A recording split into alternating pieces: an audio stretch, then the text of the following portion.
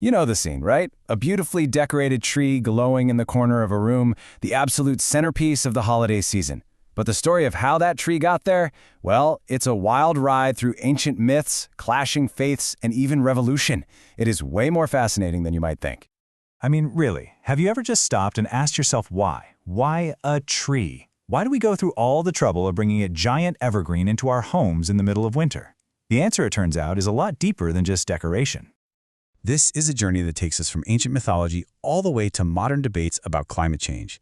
This is the secret history of one of the world's most beloved traditions. To really understand the Christmas tree, we've got to go back, way back, to a time when trees weren't just scenery, they were seen as the very center of the cosmos. So many ancient cultures all over the world had this incredible idea of a tree of life or a world tree. Think about that for a second. It wasn't just a plant, it was the cosmic pillar holding all of reality together, a direct line between our world, the heavens above, and the underworld below. And this quote really gets to the heart of why trees were so potent. Just by watching them, people saw the entire cycle of existence. They lose their leaves, they seem to die, and then they come roaring back to life in the spring. And evergreens, well, they were even more special, because they were a symbol of life that just refused to quit, even in the coldest, darkest days of winter.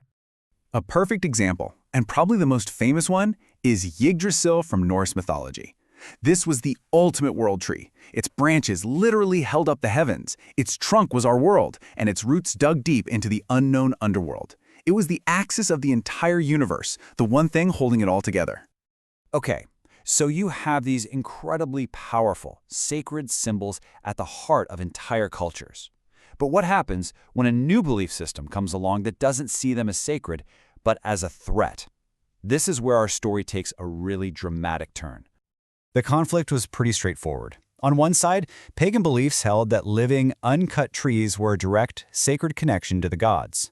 But on the other, Christian missionaries saw all of that as idolatry, plain and simple.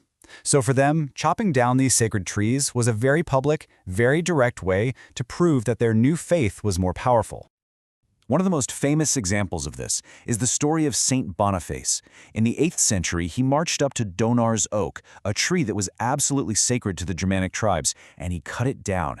It was this huge, symbolic act, a direct challenge to their whole worldview. And get this, he then supposedly used the wood from their sacred tree to build a church right on the spot. And this wasn't just a one-off thing. No way.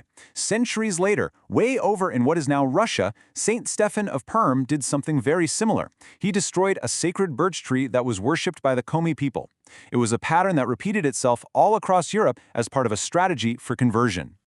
But here's the twist. The story doesn't just end with destruction. In a really fascinating move, these old traditions weren't completely wiped out. Instead, they were absorbed, reinterpreted, and reborn into the very tradition we know today. So instead of trying to stamp them out completely, many pagan winter solstice traditions got rebranded. For example, people used to hang evergreen branches inside their homes to ward off evil spirits during the darkest time of the year. The church cleverly took this old custom and gave it a brand new Christian meaning, transforming the evergreen into a symbol of Christ's eternal life. And from those roots, the modern Christmas tree we recognize started to take shape.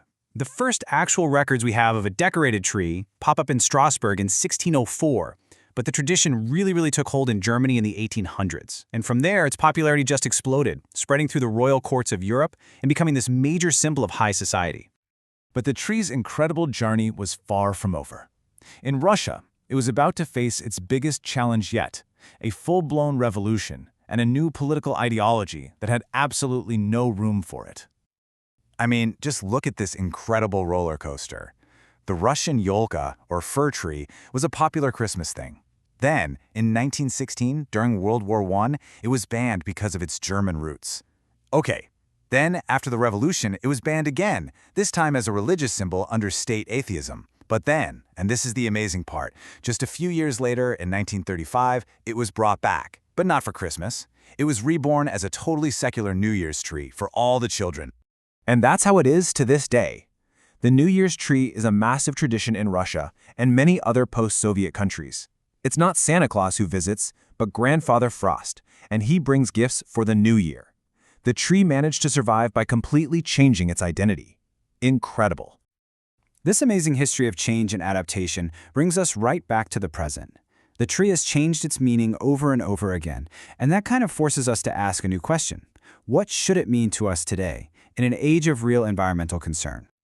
I mean, let's be honest. With everything we now know about our environment, does cutting down millions and millions of trees every single year still feel like the right way to celebrate a symbol of life? And that really highlights this huge contradiction, doesn't it? The original sacred trees were powerful precisely because they were alive and uncut. They were symbols of permanence. Today, for many, the Christmas tree is a temporary decoration, a symbol of consumption that gets thrown out in January. So what's a potential alternative? Well, maybe it's about going back to the original idea. What if instead of cutting a tree down, we planted a permanent one right in our community? We could decorate it for the holidays, sure, but it would stay there, growing, as a living, year-round focal point for our connection to nature. A true living symbol of sustainability. And that leaves us with one last thought to ponder.